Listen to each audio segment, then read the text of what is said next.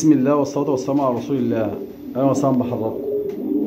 الزاجل الذهب من استوكاتنا، من الحمام القديم جدا جدا، واللي يعني لغاية وقتنا هذا عامل بطولات ونجاحات وترندات كبيرة جدا. الذكر بسم الله ما شاء الله بيرجع دمه للسبرنت بتاع الاستاذ مجدي جبريل، اللي هو بقى باب ال 180 والكلام ده.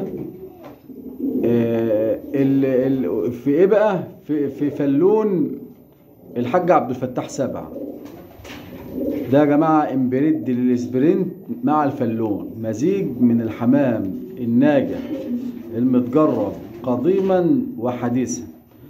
بسم الله ما شاء الله. ده ذكر من الحمام المميز جدا ومش للبيع، يعني احنا بس بنذكر حضراتكم بنقطة هنتكلم عنها دلوقتي. طيب الطرة دي ايه بقى؟ الطرة دي من فرخنا برضو المتواضع. الطرة ديت مزيج من حمام كوكتيل، من حمام الحاج عبد الفتاح سبع والحاج محمد فتحي البقالي رحمة الله عليه، البطل العالمي المصري محمد فتحي البقالي. ما فيش شك ان الحمام من الحاج عبد الفتاح سبع ينزله مصر زود وطور واضاف للفتات كتير جدا لمعت في السباقات، ولغايه وقتنا هذا ما حافظ الا حافظ على الحمام ده نجح، ولغايه النهارده بيكسب وباسماء مستعاره.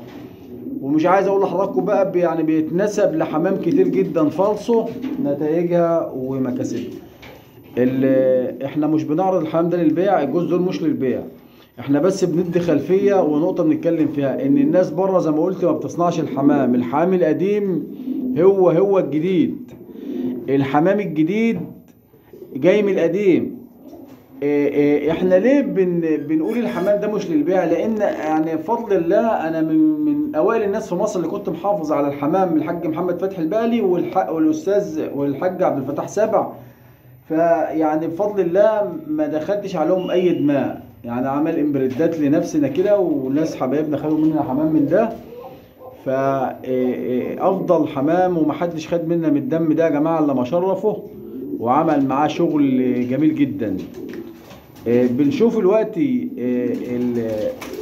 التسويق الالكتروني، ممكن فرد حمام يتباع بسعر غالي جدا، الناس بتشتري ورق وبتشتري يعني صيت او غرور مش اكتر.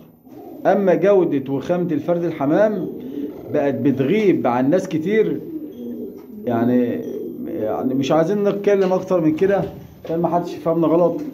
الزاجل الذهب اوعى تشتري ورقة، اهم حاجة تشتري عيلة بتكسب ومحققة وتاريخها كويس. كان زمان كانت التأصيلات اللي كانت موجودة في مصر كلها كانت محدودة، البيبان اللي كانت موجودة في مصر كانت محدودة، والهواة برضو كانوا محدودين. دلوقتي بنسمع أرقام في حمام يعني لا يسوى، وبنتجاهل حمام نتائج ودم ممتاز جدا، بس عشان ممكن يكون من يعني صاحب مصري. بنشوف المزادات وبنشوف تصارع الناس على ابطال الخارج رغم ان نتائجها بتبقى اقل من ابطال مصريين. الزاجل مفهومه غير كده يا جماعه. الفرد الزاجل هو اللي بيحدد قيمته بصرف النظر عن صاحبه. النقاط مهمه جدا، ان شاء الله نتكلم بوضوح في فيديوهات جايه.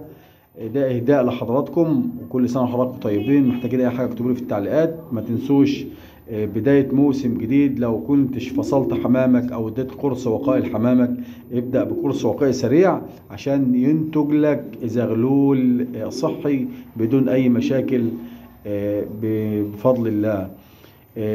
من افضل الدماء اللي نجحت لغايه النهارده من الحمام السلفر شادو، الفلونات، الحمام القديم جدا يا جماعه عايز اقول لحضراتكم ان الطيره ديت موجود فيها السيلفر شالو، موجود فيها السير، موجود فيها الجناصل بتاع المرحوم الحاج محمد فتحي البالي. مش عايز اقول لكم ان اشهر ابطال العالم اسوا حمام ولا حمام جونسون.